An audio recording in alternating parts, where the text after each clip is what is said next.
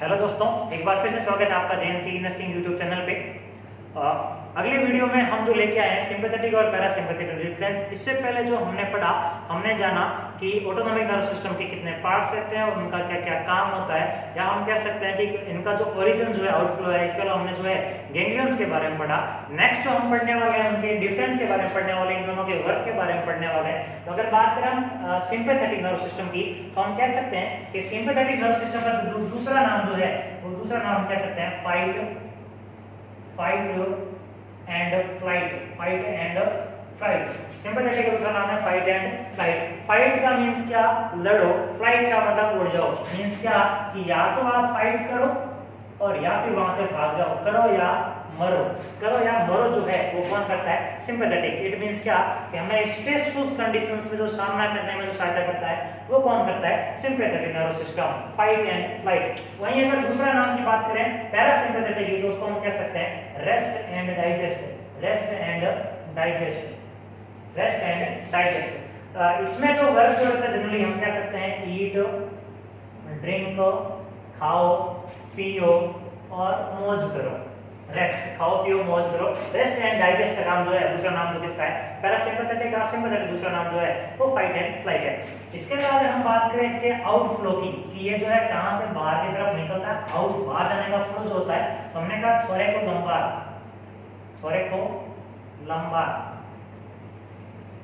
हमने कहा कहां से शुरू होता है, T1 से T12 तक। लंबर में हमने कहा था L1 से L तक। हम कह सकते हैं T1 से जो है ये L3 तक जो रहता है इसका आउटफ्लो रहता है सिंपैथेटिक का। और वहीं इसका आउटफ्लो बात करें पैरासिम्पैथेटिक का, तो हमने इसको बोला क्रेनियोसैक्रल। क्रेनियम हमने कहा था क्रेनियल हेल्प करता है। कौन कौन से हेल्प करता है, हमने कहा था 3rd, 7th, इसके अलावा हमने कहा 9th और 10th। सैक्रल हमने कहा था 2, 3 और 4, ये हेल्प कर रहे थे। तो ये जो था इसका आउटफ्लो। इसके अलावा अगर हम बात करें कि सिंपैथेटिक जो है मोस्टली क्या वर्क करता है, अगर मेन वर्क की बात करें तो हम कह सकते हैं कि स्पीड अप क्या करता है, speed up all body system. सारे बॉडी के सिस्टम को क्या करता है, स्पीड अप करता है। किसको छोड़ के, तो हम कह सकते हैं जीआई सिस्टम को। किसको, जीआई सिस्टम को।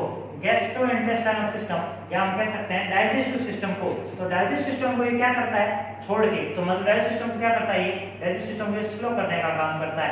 और स्पीड अप किसको करता है, बाकी सारी बॉडी सिस्टम को। यहाँ इधर उल्टा है। तो ये अगर स्पीड अप की बात करें हम, स्पीड अप किसको करता है, तो हम कह सकते हैं ये जो स्पीड अप किसको करता है, जीआई सिस्टम को। किसको करता है, जीआई सिस्टम को। और अगर पूछे कि स्लो किसको करता है, तो ऑल बॉडी सिस्टम को। किसको छोड़ के, जीआई सिस्टम को छोड़ के और बाकी सारी बॉडी के जो सिस्टम जो है उनको ये क्या करता है, पैरासिम्पैथेटिक स्लो करने का काम करता है। अपोजिट वर्क रहते हैं दोनों के।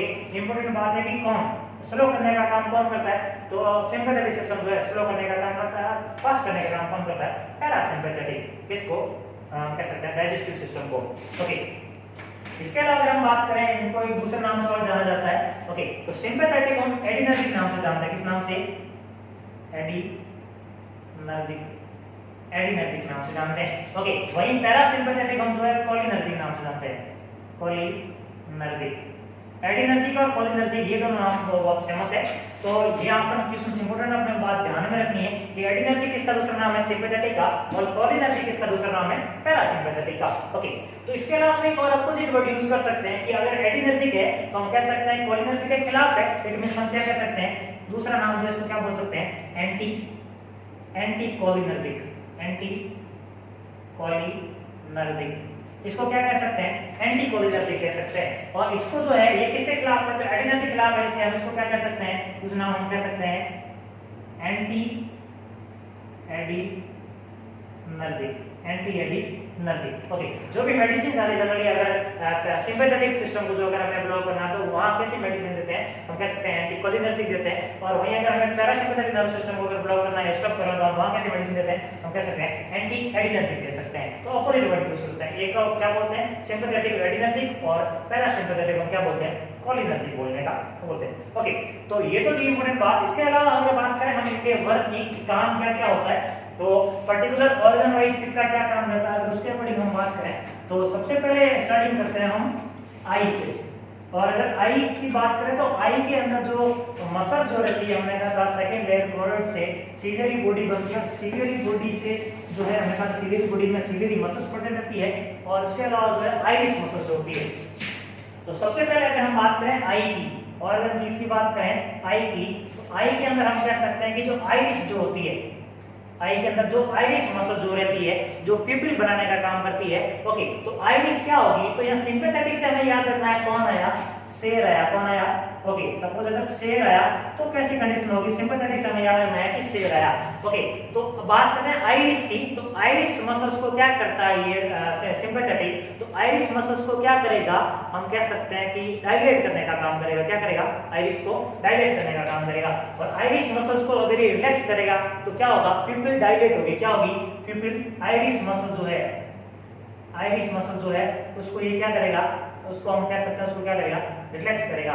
तो प्यूपिल क्या होगी, प्यूपिल क्या होगी, तो हम कह सकते हैं प्यूपिल जो है वो डायलेट होगी। प्यूपिल क्या होगी, डायलेट, और प्यूपिल का डायलेट होना माइट्रासिस कहलाता है। क्या कहलाता है, माइट्रासिस, माइट्रासिस क्या कहलाता है, माइट्रासिस। ओके, वहीं इसका अपोजिट वर्ग इधर होगा, तो इधर प्यूपिल क्या हो सकती है, तो हम कह सकते हैं इधर प्यूपिल जो है कैसी रहेगी, इधर प्यूपिल हम कह सकते हैं कॉन्ट्रैक्ट होगी। क्या होगी, कॉन्ट्रैक्ट, इधर क्लोज होगी, और क्लोज होने को हम क्या कह सकते हैं, मायोसिस कह सकते हैं। क्या कह सकते हैं, मायोसिस। ओके, तो आइरिस जो है, अगर शेर आएगा तो हमें आगे फाड़ फाड़ के देखना पड़ेगा रास्ते में, खड्डा वड्डा तो नहीं है, क्योंकि शेर आएगा तो भागेंगे, तो भागेंगे तो हमें आगे खोल के भागनी पड़ेगी। ओके, दूसरा ये तो थी आइरिस मसल्स। इसके अलावा अगर हम बात करें सीलियरी मसल्स की, इसके अलावा अगर हम बात करें सीलियरी मसल्स की, तो सीलियरी मसल्स हमने कहा था किसको होल्ड करती है, तो लेंस को होल्ड करने का कार्य करती है। किसको करती है, लेंस को। हमने कहा जरूरत के हिसाब से लेंस को बड़ा करती है और छोटा करती है। ओके, अगर ये खींचेगी, अगर ये खींचेगी तो क्या होगा, लेंस हम कह सकते हैं थिन होगा, और अगर ये रिलैक्स छोड़ेगी तो क्या होगा, लेंस बड़ा होगा। जब लेंस बड़ा होगा तो हमें क्या है, बड़ा विजन देखने में हेल्प होगी। तो लेंस को बड़ा करने के लिए क्या करना पड़ेगा, इसको रिलैक्स करना पड़ेगा। तो ये भी क्या होती है, रिलैक्स करती है, और रिलैक्स करने की वजह से जो है लेंस जो क्या होगा, बड़ा होगा, तो हमें पेरिफेरल विजन जो है और मोर देखने को हेल्पफुल होगा। ओके, लेकिन वहां ये सीलियरी मसल्स को जो है हम क्या कह सकते हैं, सीलियरी मसल्स को भी हम क्या कह सकते हैं, अगर बात करें पैरासिम्पैथेटिक, तो पैरासिम्पैथेटिक क्या करता है, कॉन्ट्रैक्ट करने का कार्य करता है। तो ये तो बात है किसकी, आई की। अब आई के ऊपर एक ग्लैंड पड़ जाती है जिसको हम कहते हैं लैक्राइमल ग्लैंड। क्या कहते हैं, लैक्राइमल ग्लैंड। हम बात करें अगर लैक्राइमल ग्लैंड की, और लैक्राइमल ग्लैंड जो है ये क्या हेल्प करती है, हम कह सकते हैं ये टीयर को बनाने में हेल्प करती है। तो यहाँ तो सिंपैथेटिक में तो कोई इफेक्ट नहीं आता, सिंपैथेटिक में तो नो इफेक्ट करते हैं, लेकिन पैरासिम्पैथेटिक में हम कह सकते हैं क्या करती है, ये सीक्रेशंस को इंक्रीज करने का काम करता है। इट मींस क्या, टीयर के सीक्रेशंस में कौन हेल्पफुल रहता है, हम कह सकते हैं पैरासिम्पैथेटिक नर्व सिस्टम। आइस की बात हुई, देन हम बात करते हैं लैक्राइमल ग्लैंड की, और उसके बाद अगर हम बात करें तो हम करें सीधी बात है हार्ट की। ओके, तो अगर हम बात करें हार्ट की, अगर हार्ट की बात करें तो हार्ट के अंदर जो है सिंपैथेटिक नर्व सिस्टम क्या करेगा, हार्ट रेट को इंक्रीज करेगा। क्या करेगा, हार्ट रेट को, ये हार्ट रेट को क्या करेगा, इंक्रीज करेगा। इसके अलावा क्या करेगा, force of contractions, force of contractions, force of contractions भी क्या करेगा, ये इंक्रीज करने का काम करेगा। ओके, और अगर हार्ट रेट बढ़ेगी, हार्ट रेट बढ़ेगी तो उसको हम क्या कहेंगे, टैकीकार्डिया। क्या कहेंगे उसको, टैकीकार्डिया। और टैकीकार्डिया करवाने में कौन रिस्पांसिबल है, बिकॉज़ हार्ट, कौन रिस्पांसिबल है, हार्ट। हम कह सकते हैं सिंपैथेटिक रिस्पांसिबल है, हार्ट रेट जब बढ़ेगी। ओके, और इसके अलावा फोर्स ऑफ कॉन्ट्रैक्शन जो है वो भी बढ़ेगा। तो कौन बढ़ेगा, ये सिंपैथेटिक बढ़ेगा। कौन बढ़ेगा, सिंपैथेटिक। वहीं अगर हम बात करें पैरासिम्पैथेटिक की, तो पैरासिम्पैथेटिक के अंदर जो है हार्ट रेट जो है, हार्ट रेट जो है वो क्या होगी, डिक्रीज होगी। इसके अलावा जो फोर्स ऑफ जो कॉन्ट्रैक्शंस है, फोर्स ऑफ कॉन्ट्रैक्शंस है, ये भी अपोजिट रहेगा, ये भी क्या होगा, डिक्रीज होगा। ये भी क्या होगा, डिक्रीज। क्योंकि जब इंसान भाग रहा है, इंसान भाग रहा है तो ब्लड ज्यादा चाहिए। ओके, ज्यादा ब्लड चाहिए तो हम क्या कर सकते हैं, हार्ट फास्ट मूवमेंट करेगा, फास्ट मूवमेंट करेगा, हार्ट रेट तेज होगी। जब हार्ट रेट तेज होगी इसको हम क्या कहेंगे, टैकीकार्डिया। ऐसा काम कौन करवा रहा है, ऐसा काम कौन करवा रहा है, सिंपैथेटिक नर्वस सिस्टम करवा रहा है। ओके, देन अगर बात करें कि हार्ट को, अगर हार्ट तेज काम कर रहा है और हार्ट अगर कॉन्ट्रैक्शन से फोर्सफुल कॉन्ट्रैक्शन ज्यादा लगा रहा है, इट मींस क्या, कि हार्ट को ब्लड सप्लाई ज्यादा चाहिए। सबसे बड़ी बात कि हार्ट की जो मसल्स है, हार्ट की मसल्स किसकी बनी रहती है, कार्डियक मसल्स की। किसकी बात करें, कार्डियक मसल्स की। और कार्डियक मसल्स की बात करें हम, कार्डियक मसल्स की, कार्डियक मसल्स को जो है ब्लड सप्लाई ज्यादा चाहिए। और अगर कार्डियक मसल्स को ब्लड सप्लाई ज्यादा चाहिए तो बात यह है कि कार्डियक मसल्स को ब्लड सप्लाई करता कौन है, तो हार्ट को ब्लड सप्लाई करता है कोरोनरी आर्टरी। कौन करता है, कोरोनरी आर्टरी।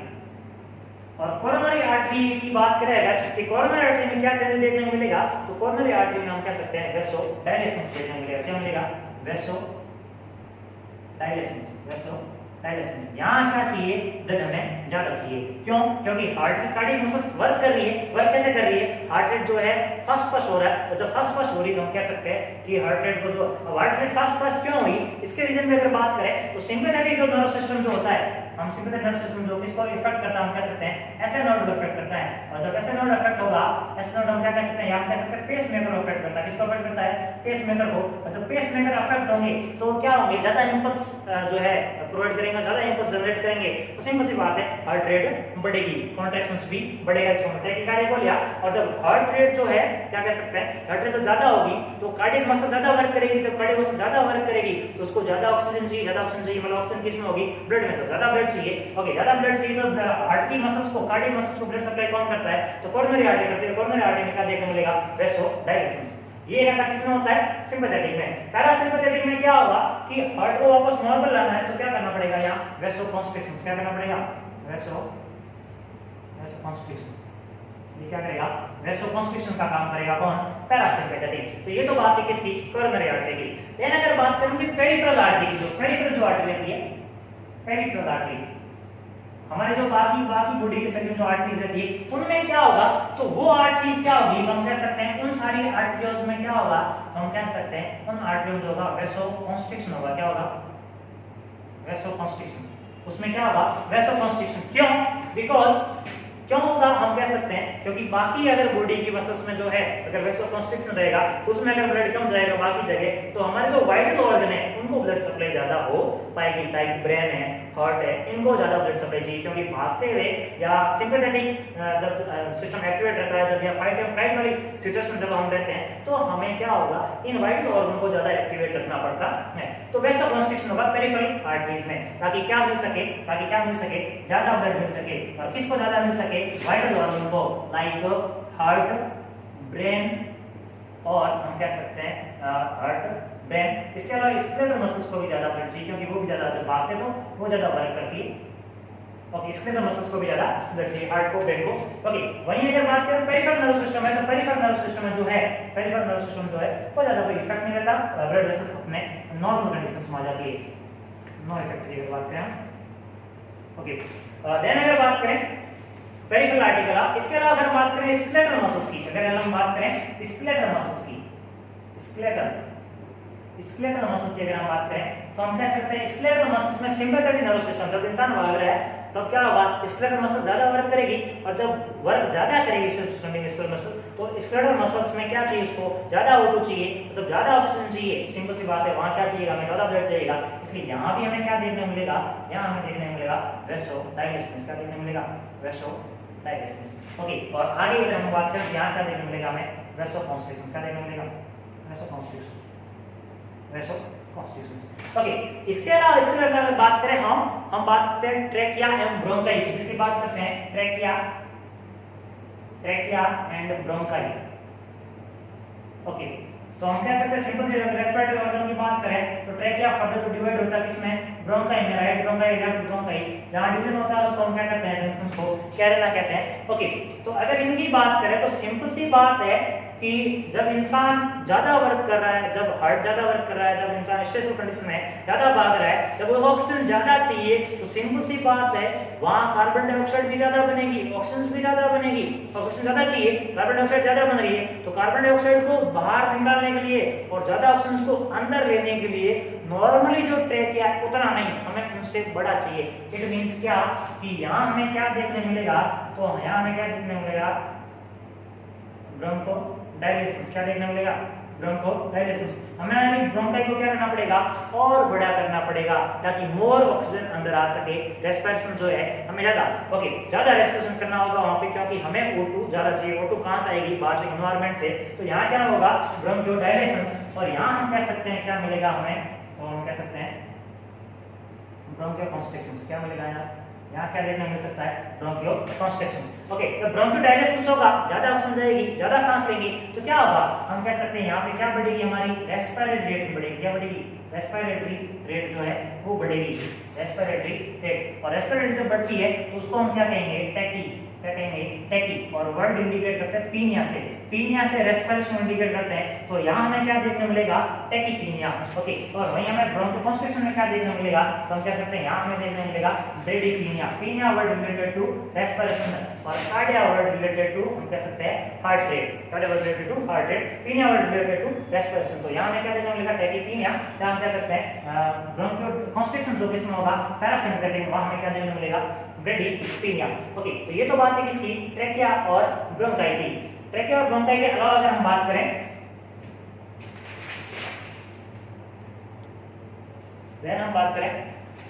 तो हम कह सकते हैं इसके अलावा अगर बात करें स्लाइवरी ग्लैंड की, तो स्लाइवरी ग्लैंड क्या सीक्रेट करती है, सलाइवा सीक्रेट करती है, और सिंपैथेटिक क्या करेगा, हम कह सकते हैं सीक्रेशंस को जो है वो डिक्रीज करने का काम करता है जनरली। तो यहाँ क्या देखने को मिलेगा हमें, हम कह सकते हैं सिंपैथेटिक के अंदर जो है हमें सलाइवेशन जो है वो क्या होगा डिक्रीज होगा। देन अगर बात करें पैरासिम्पैथेटिक में, तो पैरासिम्पैथेटिक सलाइवेशन को बढ़ावा देता है, तो हम कह सकते हैं कि पैरासिम्पैथेटिक जो है ये क्या करेगा सलाइवेशन को इंक्रीज करने का कार्य करेगा। पेरिफेरल में हमने देखा था कि पेरिफेरल के अंदर जो ब्लड जो था ब्लड वेसल्स जो थी जनरली वैसोकंस्ट्रिक्शन हो रहा था, और वैसोकंस्ट्रिक्शन होने की वजह से वहाँ क्या देखने को मिलेगा हमें हाइपरटेंशन देखने को मिल सकता है। तो वैसोकंस्ट्रिक्शन होगी तो वहाँ पे हाइपरटेंशन देखने को मिल सकता है। हम यहाँ बात करते हैं सलाइवरी ग्लैंड की, सलाइवरी ग्लैंड, और हम बात करें सलाइवरी ग्लैंड की, तो सलाइवरी ग्लैंड क्या करती है सलाइवा सीक्रेशन करती है, और सलाइवा का सीक्रेशन ये क्या करेगी सिंपैथेटिक जो क्या करता है डिक्रीज करता है, जल्दी हम बात करें हमारा मुंह जल्दी सूख जाता है, ओके। और वहीं अगर बात करें पैरासिम्पैथेटिक, तो पैरासिम्पैथेटिक क्या करेगा, तो सलाइवेशंस को इंक्रीज करने का काम कौन करेगा पैरासिम्पैथेटिक, ओके। देन अगर बात हम करें स्टोमक की, किसकी बात करें स्टोमक की, स्टोमक के अंदर हम क्या कह सकते हैं कि जो फ्लूइड सीक्रेट होता है, फ्लूइड कौन सा, हम कह सकते हैं गैस्ट्रिक जूस को, क्या कह सकते हैं गैस्ट्रिक जूस। तो गैस्ट्रिक जूस का सीक्रेशन जो है वो डिक्रीज करने का जो काम करेगा कौन करेगा, हम कह सकते हैं सिंपैथेटिक, ओके। और वहीं हम बात करें कि गैस्ट्रिक जूस का सीक्रेशन जो है इंक्रीज करने का कार्य कौन करेगा, तो पैरासिम्पैथेटिक, ओके। देन अगर हम बात करें स्टोमक के अलावा, तो हम कह सकते हैं अगर इंटेस्टाइन की बात करें, अगर इंटेस्टाइन की, ओके, लार्ज इंटेस्टाइन और स्मॉल इंटेस्टाइन की अगर बात करें, तो स्मॉल इंटेस्टाइन जो रिस्पांसिबल होती है न्यूट्रिएंट के एब्जॉर्प्शन के लिए, डाइजेशन के लिए, स्टमक डाइजेशन के लिए, तो यहाँ हमें क्या देखने को मिलेगा कि जो डाइजेशन और जो एब्जॉर्प्शन है, डाइजेशन एंड एब्जॉर्प्शन जो है वो क्या करेगा डिक्रीज करने का कार्य करेगा, कौन करेगा, हम कह सकते हैं सिंपैथेटिक नर्वस सिस्टम। देन अगर हम बात करें तो हम यहाँ कह सकते हैं कि जो स्टमक में जो है उनका मेटाबॉलिज्म जो है, मेटाबॉलिज्म जो है स्टमक में जो भी फूड है, इंटेस्टाइन जो फूड है, उनका मेटाबॉलिज्म भी डिक्रीज होगा, ओके। देन अगर वहीं अगर हम बात करें तो डाइजेशंस को और कह सकते हैं एब्जॉर्प्शन, इन दोनों को इंक्रीज करने का कार्य कौन करेगा पैरासिम्पैथेटिक। मेटाबॉलिज्म को भी इंक्रीज करने का कार्य क्या करता है पैरासिम्पैथेटिक, और मेटाबॉलिज्म इंक्रीज होगा तो यहाँ हमें एक्स्ट्रा क्या देखने मिलेगा, तो यहाँ हमें हंगर देखने को मिलती है। हम कह सकते हैं कि पैरासिम्पैथेटिक किसको स्टिमुलेट करेगा, हंगर को, भूख हमें ज्यादा लगेगी, जबकि यहाँ हंगर देखने को नहीं मिलेगी, ओके। देन अगर हम बात करें इंटेस्टाइन के अलावा, इसके अलावा हम बात कर सकते हैं कि स्फिंक्टर जो रहते हैं, स्फिंक्टर जो संकुचनी जो होती है, तो स्फिंक्टर जो है ये क्लोज करने का कार्य करता है, स्फिंक्टर जो है क्लोज करने का कार्य कौन करेगा सिंपैथेटिक। और वहीं अगर हम बात करें पैरासिम्पैथेटिक की, तो पैरासिम्पैथेटिक जो है ये स्फिंक्टर को क्या करेगा लूज करेगा, क्या करेगा लूज, या हम कह सकते हैं रिलैक्स करेगा, स्फिंक्टर की मसल्स को क्या करेगा रिलैक्स करने का कार्य करेगा, ओके। इसके अलावा अगर हम बात करें कि नेक्स्ट अगर बात करें, हम कह सकते हैं कि अगर हम बात करें लीवर की, अगर हम बात करें लीवर की, अगर हम लीवर के बारे में पढ़ें तो हम कह सकते हैं कि लीवर के अंदर जो है, लीवर के अंदर एक कॉमन बात है कि लीवर के अंदर ग्लूकोज जो है, ये ग्लूकोज जो है कौन सी फॉर्म में स्टोर रहता है, हम कह सकते हैं ग्लाइकोजन, किसमें रह सकते हैं ग्लाइकोजन। ग्लूकोज के अंदर जो है ग्लाइकोजन फॉर्म में जो है वो ग्लूकोज लीवर के अंदर ग्लूकोज ग्लाइकोजन फॉर्म में स्टोर रहता है, क्या रहता है स्टोर रहता है, ओके। तो अगर बात करें इस ग्लाइकोजन की, तो जब ग्लूकोज से ग्लाइकोजन बना, जब ग्लूकोज से ग्लाइकोजन बना तो उसको हमने बोला ग्लाइकोनियोजेनेसिस, क्या बोला उसको जेनेसिस, ग्लाइकोनियोजेनेसिस, ओके। अब बात करें अगर कि अभी बॉडी जो है हाइपर एक्टिव है, बहुत ज्यादा एक्टिवेट है, ओके, वर्क कर रही है, और हमें पता है कि एनर्जी बनाने के लिए ऑक्सीजन के साथ न्यूरॉन को ग्लूकोज की बहुत ज्यादा जरूरत होती है। अब बॉडी को ज्यादा ग्लूकोज चाहिए अब ज्यादा ग्लूकोज चाहिए तो ग्लूकोज किसके पास स्टोर है, लीवर के पास स्टोर है, पर कौन सी फॉर्म में, ग्लाइकोजन फॉर्म में। इट मींस क्या, उसको फिर से ग्लूकोज बनाना पड़ेगा, तो क्या करना पड़ेगा, तोड़ना पड़ेगा, क्या करना पड़ेगा, तोड़ना। इट मींस क्या करना पड़ेगा, मेटाबॉलिज्म, क्या करना पड़ेगा, मेटाबॉलिज्म करना पड़ेगा, इसको तोड़ना पड़ेगा। और जब ग्लाइकोजन से ग्लूकोज बनेगा तो उस प्रक्रिया को हम कहते हैं उस प्रक्रिया को हम कहते हैं ग्लाइकोलाइसिस। क्या कहते हैं उसको, ग्लाइकोलाइसिस। ग्लाइकोजन से वापस ग्लूकोज बनना क्या कहलाता है, ग्लाइकोलाइसिस। और जब ये टूटेगा तब क्या होगा, ब्लड के अंदर, तब क्या होगा, ब्लड के अंदर ग्लूकोज का लेवल जो है वो इंक्रीज होगा। जब ब्लड के अंदर ग्लूकोज लेवल इंक्रीज होगा तो ब्लड सेल के पास आएगा, और हमने कहा था कि ब्रोंकोडायलेसिस हुआ तो ज्यादा ऑक्सीजन आई थी, तो वो ज्यादा ऑक्सीजन, इसके अलावा ये ग्लूकोज दोनों मिलकर क्या बनाएंगे, एनर्जी बनाएंगे, और जब ऐसी एनर्जी से जो है हम वर्क कर पाएंगे। ओके, तो अगर यहाँ हम बात करें कि ब्लड के अंदर अगर ग्लूकोज का लेवल बढ़ा है, अगर ब्लड के अंदर ग्लूकोज का लेवल बढ़ा है, तो वहीं लीवर का एक एक्स्ट्रा काम अगर बात करें तो हम कह सकते हैं कि लीवर जो बाइल का निर्माण करता है, लीवर जो बाइल का निर्माण करता है, तो यहाँ सिंपैथेटिक बाइल के निर्माण को क्या करेगा, रिड्यूस करने का कार्य करेगा। सिंपैथेटिक ने लीवर से क्या करवाया है, ग्लाइकोजन से ग्लूकोज कन्वर्ट कराया है, और ग्लूकोज का लेवल ब्लड में बढ़ाया है। अगर ब्लड के अंदर ग्लूकोज का लेवल बढ़ा है तो हम कहें कि ग्लूकोज के लेवल को मेंटेन करने के लिए, ग्लूकागॉन के लेवल को मेंटेन करने के लिए पैनक्रियाज एक इंसुलिन हार्मोन भी बनाता है। पैनक्रियाज की अगर बात करें हम, पैनक्रियाज की, तो पैनक्रियाज क्या बनाता है, इंसुलिन हार्मोन बनाता है, सोमेटोस्टेरोन बनाता है, और ग्लूकागॉन भी बनाता है। तो अगर ब्लड के अंदर ग्लूकोज का लेवल बढ़ जाए तो इंसुलिन फटाक से आता है उस लेवल को कम करने के लिए। पर यहाँ ऐसा नहीं होगा, यहाँ क्या होगा, सिंपैथेटिक क्या करेगा, हम कह सकते हैं इंसुलिन को, किसको, इंसुलिन को क्या कर देगा, ये इनहिबिट कर देगा, क्या कर देगा, इनहिबिट, इंसुलिन को रोक देगा। पैनक्रियाज क्या करेगा, इंसुलिन को रोक देगा। और इसके अलावा पैनक्रियाज जो पैनक्रियाटिक जूस सीक्रेट करता है, पैनक्रियाटिक जूस बनाता है, और पैनक्रियाटिक जूस में भी क्या कर देगा, ये उनको भी सीक्रेशन को क्या कर देगा, रिड्यूस कर देगा, इनहिबिट कर देगा। इसके अलावा इन ऑर्गन से जो जो ब्लड वेसल्स आ रही थी वहां भी क्या करा देगा, वेसोकंस्ट्रिक्शन करवा देगा, क्या करा देगा, वेसोकंस्ट्रिक्शन, क्योंकि ये लिक्विड जो की बात करें वहां पे भी डक्ट में अगर जो है वेसोकंस्ट्रिक्शन करवा देगा, इन ऑर्गन के पास जो है ब्लड कम जाएगा, बाकी वाइटल ऑर्गन के पास ब्लड जो है ज्यादा जाएगा। ओके, तो पैनक्रियाज के अलावा अगर हम और बात करें तो यहाँ इंसुलिन जो है इनहिबिट हुआ तो ग्लूकोज जो है, इंसुलिन आएगा नहीं तो ग्लूकोज का लेवल कंटिन्यू जो है मेंटेन रहेगा। इसलिए हम कह सकते हैं कि सिंपैथेटिक नर्वस सिस्टम एक्टिवेट रहता है तो ग्लूकोज लेवल ज्यादा रहता है, हाइपरग्लाइसीमिया कह सकते हैं उसको। ओके, पैनक्रियाज के अलावा अगर हम बात करें, जब इसके अलावा इंपॉर्टेंट बात को अगर हम बात करें तो हम कह सकते हैं कि जो डाइजेस्टिव सिस्टम जो रहता है उसके अंदर फ्लूइड को या फूड को आगे मूव करवाने के लिए एक मूवमेंट रहता है। अगर जीआई सिस्टम की बात करें तो उसकी जो थर्ड लेयर जो रहती है जिसको हम मस्कुलरिस लेयर कहते हैं, उसके अंदर एक मूवमेंट प्रेजेंट होता है, और उस मूवमेंट को पेरिस्टाल्टिक मूवमेंट कहते हैं। क्या कहते हैं, पेरिस्टाल्टिक मूवमेंट, क्या कहते हैं उसको, पेरिस्टाल्टिक मूवमेंट, इसको हिंदी में कहते हैं कर्माकुंचन गति। इसमें इस प्रकार से वेविंग आती है, और उस वेव से क्या होता है, फूड जो आगे की तरफ मूव करता है। तो यहाँ पेरिस्टाल्टिक मूवमेंट, यहाँ हम बात करें जीआई की जो टर्न जो होती है, ये सारी क्या कर देते हैं, डिक्रीज कर देते हैं, इनको आगे नहीं जाने देते। और जब इनको आगे नहीं जाने देंगे तो सिंपल सी बात है। इसके अलावा अगर बात करें कि रेक्टम के अंदर, जो रेक्टम के अंदर हम कह सकते हैं कि जो फूड जो था या जो फीकल मैटर जो था, अब वो फीकल मैटर अगर वहां ज्यादा स्टेज होगा, स्टोर होगा सिंपैथेटिक में, तो रेक्टम की जो मसल्स है, रेक्टम की जो मसल्स है, तो रेक्टम की मसल्स को क्या करवा देंगे, ये रिलैक्स करवा देंगे, क्या करवा देंगे। और रेक्टम की अगर मसल जो है रिलैक्स होगी तो हम कह सकते हैं कि स्टूल को ज्यादा स्टोर कर सकेगी सिंपैथेटिक कंडीशंस में, क्योंकि सिंपैथेटिक कंडीशंस में सारे स्फिंक्टर जो रहते हैं, स्फिंक्टर कैसे रहते हैं, क्लोज रहते हैं, इसलिए डेफिकेशंस नहीं हो पाएगा। ओके, वहीं अगर इधर बात करें हम तो यहाँ हम कह सकते हैं कि लीवर के अंदर क्या करेगा, ये बाइल के सीक्रेशंस को बढ़ाएगा, पैरासिम्पैथेटिक। इसके अलावा अगर हम बात करें कि इंसुलिन को जो है ये इंक्रीज करेगा, ओके, और ग्लूकोज के लेवल को मेंटेन करने का काम करेगा। देन अगर यहाँ वेसोकंस्ट्रिक्शन की बात करें तो यहाँ ये क्या करेगा, पैरासिम्पैथेटिक वेसोडायलेशन करने का काम करेगा। ओके, इसके अलावा पेरिस्टाल्टिक मूवमेंट जो रिड्यूस हो रहा था, यहाँ पेरिस्टाल्टिक मूवमेंट को इंक्रीज करने का कार्य करेगा। और रेक्टम की मसल जो रिलैक्स हो रही थी, रेक्टम की मसल्स जो रिलैक्स हो रही थी। और इसके अलावा अगर बात हम करें, इसके अलावा हम कह सकते हैं यहाँ पे जो एनल स्फिंक्टर जो था, कौन सा स्फिंक्टर, एनल स्फिंक्टर, उसको इन्होंने क्या कर रखा था, क्लोज कर रखा था और मसल्स को रिलैक्स कर रखा था। तो अगर ये रेक्टम है, अगर ये रेक्टम है, इस रेक्टम की मसल्स को रिलैक्स करेंगे तो यहाँ साइज बढ़ेगी, इसकी आराम से रिलैक्स बढ़ सकता है। ओके, और जो स्फिंक्टर जो आगे वाला था उसको इन्होंने क्या कर रखा था, क्लोज कर रखा था। किसने, सिंपैथेटिक ने। अब पैरासिम्पैथेटिक क्या करेगा, यहाँ जो रेक्टम में जो मसल्स है उसका तो करवाएगा कॉन्ट्रैक्शन, तो यहाँ रेक्टम की जो मसल्स होगी उसको क्या कराएगा, ये कॉन्ट्रैक्ट कराएगा, क्या कराएगा, कॉन्ट्रैक्ट, और स्फिंक्टर को क्या कराएगा, रिलैक्स कराएगा, स्फिंक्टर को क्या कराएगा, रिलैक्स कराएगा। तो स्फिंक्टर रिलैक्स होगा और ये मसल्स कॉन्ट्रैक्ट होगी तो यहाँ पे अंदर की तरफ क्या होगा, फोर्स लगेगा, और जब ये ओपन हो जाएगा तो क्या होगा, स्टूल बाहर आएगा, और स्टूल के बाहर आने में हम क्या कहेंगे, डेफिकेशन, क्या कहेंगे उसको, डेफिकेशन। स्टूल का वेस्ट प्रोडक्ट का बाहर निकलना क्या कहलाता है, डेफिकेशन कहलाता है। इसके अलावा अगर हम बात करें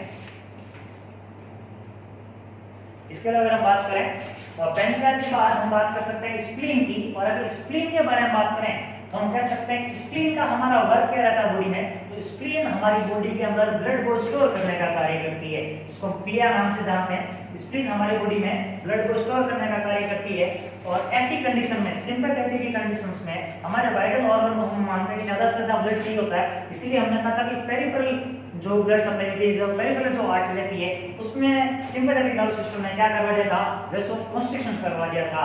ओके, तो ठीक उसी प्रकार अभी स्प्लीन के अंदर भी क्या स्टोर है, ब्लड स्टोर है, तो ब्लड की तो वैसे भी और ज्यादा चाहिए, तो यहाँ स्प्लीन में भी हमें क्या देखने को मिलेगा, तो हम कह सकते हैं कि स्प्लीन के अंदर भी, कौन से ऑर्गन में, स्प्लीन के अंदर भी हमें क्या देखने को मिलेगा, वैसोकंस्ट्रिक्शन देखने को मिलेगा, वैसोकंस्ट्रिक्शन देखने को मिलेगा। क्यों? बिकॉज स्प्लीन में ज्यादा ब्लड रहता है और ये ब्लड बाहर, कंस्ट्रिक्शन स्प्लीन में जब होगा तो ब्लड बाहर निकलेगा, और पेरिफेरल में वाइटल ऑर्गन की बात करें, वाइटल ऑर्गन के ब्लड ज्यादा चाहिए, उनको काम आएगा। ओके, वहीं अगर पैरासिम्पैथेटिक की बात करें तो यहाँ पे हमें क्या देखने को मिलेगा, तो वैसोडाइलेशन देखने को मिलेगा, क्या देखने को मिलेगा, वैसोडाइलेशन। इसके अलावा अगर हम बात करें ब्लडर की, तो अगर ब्लडर की बात करें तो हम कह सकते हैं ब्लडर के अंदर जो है, ब्लडर के अंदर क्या देखने को मिलेगा, और किडनी के अंदर क्या देखने को मिलेगा। तो पहले किडनी की बात करते हैं, तो किडनी की अगर बात करें हमें, तो हम कह सकते हैं किडनी के अंदर जो जीएफआर जो रेट है, जिसको ग्लोमेरुलर फिल्ट्रेशन रेट कहते हैं, जो ब्लड फिल्टर करने की जो रेट है, ये रेट थोड़ी क्या होगी, डिक्रीज होगी, और जब ये रेट डिक्रीज होगी तो यूरिन का हम कह सकते हैं कि थोड़ा सा आउटपुट जो है थोड़ा डिक्रीज रहेगा। और वहीं अगर बात करें पैरासिम्पैथेटिक की, ये जीएफआर को बढ़ाता है। ओके, दूसरी अगर बात करें हम ब्लडर की, यूरिनरी ब्लडर की, और अगर ब्लडर की बात करें, ब्लडर में क्या देखने को मिलेगा, तो अगर हम बात करें कि किडनी, और किडनी से निकलते हैं यूरेटर, और यूरेटर जो है ये यूरिन को खाली करना है किस ब्लडर में, देन यूरिथ्रा। अब यहाँ पे जो स्फिंक्टर प्रेजेंट रहते हैं, तीन स्फिंक्टर कह सकते हैं, हम ये कह सकते हैं वॉलंटरी, दो कह सकते हैं इनवॉलंटरी। और जो ब्लडर की जो चारों तरफ की जो मेम्ब्रेन या जो लेयर जो रहती है, ये लेयर किसकी बनती है, कौन सी मसल्स की बनती है, हम कह सकते हैं डेट्रोसर मसल्स की। किसकी मसल रहती है, डेट्रोसर मसल्स। और ये डेट्रोसर मसल्स क्या करती है, तो ब्लडर की चारों तरफ वॉल को बनाने का काम करती है। यहाँ हमें डेट्रोसर मसल्स में क्या देखने को मिलेगा, तो डेट्रोसर मसल्स क्या होगी, रिलैक्स होगी, क्या होगी, रिलैक्स। और जब ये रिलैक्स होगी इट मींस क्या होगा कि यूरिनरी ब्लड थोड़ा और चौड़ा होगा, जब और अगर कह सकते हैं विड्थ अगर और होगी तो यूरिन और फिल हो सकता है। इसका मतलब क्या, हम कुछ देर के लिए यूरिन को और कंट्रोल कर सकते हैं, मैच्योरेशन करने के लिए यूरिन आउटपुट, या हम कह सकते हैं कि बाहर टॉयलेट करने के लिए हम कह सकते हैं कि यूरिन को और टाइम मिल सकता है हमें, और स्टोर कर सकते हैं यूरिन को। ओके, तो यहाँ ये मसल्स रिलैक्स होगी तो और गैप मिलेगा। देन अगर बात करें स्फिंक्टर की, ब्लडर की अगर हम स्फिंक्टर की बात करें, स्फिंक्टर जो है यहाँ पे क्या रहेगा, क्लोज रहेगा। सिंपैथेटिक में शेर भाग रहा है, शेर पीछे भाग रहा है, तो सुसु करने का टाइम नहीं है, बिकॉज क्या कि अब यहाँ स्फिंक्टर क्या रहेगा, क्लोज रहेगा। पैरासिम्पैथेटिक में जाएं तो अब पैरासिम्पैथेटिक में क्या होगा, इस डेट्रोसर मसल्स को क्या कराएगा, ये कांटेक्ट कराएगा, क्या कराएगा, ये कांटेक्ट कराएगा। जब ये मसल्स कांटेक्ट होगी तब हमें यहाँ क्या देखने को मिलेगा कि अंदर की तरफ कांटेक्ट होगी, जब फोर्स लगेगा, इसके बाद ये क्या करता है, स्फिंक्टर को क्या करता है, ये रिलैक्स करने का कार्य करता है, क्या करता है, रिलैक्स। स्फिंक्टर जब रिलैक्स होगा तो यूरिन क्या बाहर तक होगा, पर ये कैसा वॉलंटरी, इट मींस क्या कि डेफिकेशन एनल स्फिंक्टर को, और हम कह सकते हैं कि ब्लडर की यूरिथ्रल स्फिंक्टर को, इन दोनों को हम वॉलंटरी खोल सकते हैं, हमारी इच्छा के अकॉर्डिंग ये खुलेंगे। जब ये खुलेंगे तो क्या होगा, एक से डेफिकेशन होगा और दूसरे से मैच्योरेशन, मतलब क्या होगा, यूरिन आउटपुट को बाहर पास आउट कर सकेगा। ओके, तो यहाँ दो चीजें ब्लडर में देखने को मिली। इसके अलावा अगर हम बात करें ब्लडर के अलावा अगर हम बात करें तो फर्दर हम बात करते हैं किसकी, देन हम अगली बात करते हैं सेक्स ऑर्गन की। और अगर सेक्स ऑर्गन की बात करें तो हमने कहा था पूरी बॉडी के अंदर जो पेरिफेरल में जो हमने देखने को मिला था, वैसोकंस्ट्रिक्शन से देखने को मिला था, वैसोकंस्ट्रिक्शन से देखने को मिला था। तो ठीक उसी प्रकार सेक्स ऑर्गन की बात करें तो सेक्स ऑर्गन में भी हमें क्या देखने को मिलेगा, सेक्स ऑर्गन के अंदर हमें क्या देखने को मिलेगा, तो हम कह सकते हैं सेक्स ऑर्गन के अंदर हमें क्या देखने को मिलेगा, वैसोकॉन्स्ट्रिक्शंस। क्या देखने को मिलेगा, वैसोकॉन्स्ट्रिक्शंस। ओके, इसके अलावा अगर मेल में स्पेशली बात करें कि मेल में क्या देखने मिल सकता है, तो मेल में जो इजैकुलेशंस देखने मिल सकता है। क्या देखने मिल सकता है, इजैकुलेशंस। ओके, और वहीं अगर पैरासिम्पैथेटिक की बात करें तो पैरासिम्पैथेटिक क्या करेगा, सेक्स ऑर्गन का जो है, सेक्स में जो वेसल्स होगी उनको क्या करेगा, वैसोडाइलेशंस करने का काम करेगा। क्या करेगा, वैसोडाइलेशंस। और यहाँ मेल में यहाँ अपने को पर्टिकुलर क्या देखने मिल सकता है, हम कह सकते हैं इरेक्शंस देखने मिल सकता है। क्या मिल सकता है, इरेक्शंस। पेनाइल इरेक्शंस देखने को मिल सकता है। और पेनिल का जो इरेक्शन जो रहता है किसके द्वारा होता है, पैरासिम्पैथेटिक नर्वस सिस्टम द्वारा। और पेनाइल इरेक्शन होने के बाद जो लिक्विड इजैकुलेट करता है, ये इजैकुलेट हमें कहां देखने को मिलेगा, तो हम कह सकते हैं इजैकुलेट हमें कहां देखने को मिलेगा, सिम्पैथेटिक नर्वस सिस्टम के द्वारा। इसके बाद अगर हम बात करें तो स्किन की, तो स्किन के अंदर हम कह सकते हैं, स्किन के अंदर हम क्या कह सकते हैं कि स्किन में जो स्वेट ग्लैंड जो रहती है, स्किन के अंदर जो स्वेट ग्लैंड रहती है, तो स्वेटिंग जो है सिंपैथेटिक के अंदर जो है, स्किन की अगर बात करें तो स्वेटिंग जो है, और स्वेटिंग जो है इंक्रीज होगी किसमें, सिंपैथेटिक नर्वस सिस्टम के अंदर।